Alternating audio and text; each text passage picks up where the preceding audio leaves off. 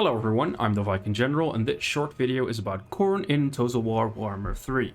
Let's begin. The Exiles of Khorne's faction leader is Scarborough, who basically is a one-man wrecking machine. His faction will allow him to replenish his forces while in enemy territory, and gives all characters more movement after raising a settlement. His personal benefits will give him more movement range after winning a battle, and reducing recruitment costs while in enemy or raised territory. All these effects really push for a very aggressive playstyle, constantly moving and fighting battles. Khorne has a unique resource called skulls. You gain skulls by fighting battles, raising settlements, from buildings, from missions, and from battle sites on ongoing payment.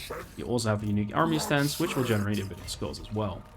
You can use the skulls to occupy settlements, they are needed for research, or they can be sacrificed to the Skull Throne. Sacrificing skulls to the Skull Throne will give your faction some pretty strong buffs across the board. More movement range after raising, 25% more battle loot, a decent army ability, and 2 units for every new Bloodhouse army. You can create a Bloodhouse army when raising a settlement. This will give you 1 extra army near the raised settlement. This army has increased movement range and only costs 50% of the normal upkeep. They also don't count towards your supply lines. However, you aren't able to transfer units, they don't have any replenishment, and they start suffering attrition if the army didn't participate in a battle for a few turns. A Bloodhouse army can create another Bloodhouse army when they raise a settlement, so you can imagine how fast your forces can snowball out of control. On top of that, Khorne has a chance to freely occupy any raised settlement, as long as they have 1 occupied settlement in the province. This will allow you to keep your armies moving and not having to worry about occupying territory. Each army, including Bloodhost armies, will have the bloodletting mechanic. This is a bar that fills up with the more victories you get with that army. However, it will start to decay if you haven't gained a victory in 2 turns. Filling the bar will give some global and local bonuses. However, on the lowest level it gives a small global debuff to growth and lowers the melee attack for the entire army by 10%.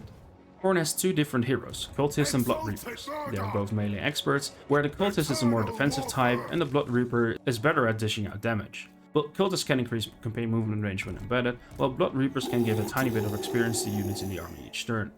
Khorne has no access to magic whatsoever, pretty much like the Dwarves. But where the Dwarves focus on strong ranged units, Khorne is focused on strong melee units. They only have 1 ranged unit, which is sort of an artillery piece, but it can also function as a chariot. Their Soul Grinder does have a range attack as well, but it is very short range. The melee infantry is solid, being able to dish out damage while also being able to take some as well. They have some very fast beasts to chase down fleeing enemies, and their cavalry monsters are pretty decent in prolonged combat as well. In conclusion, Khorne is an extremely powerful faction. All of their mechanics and their unit roster work together perfectly.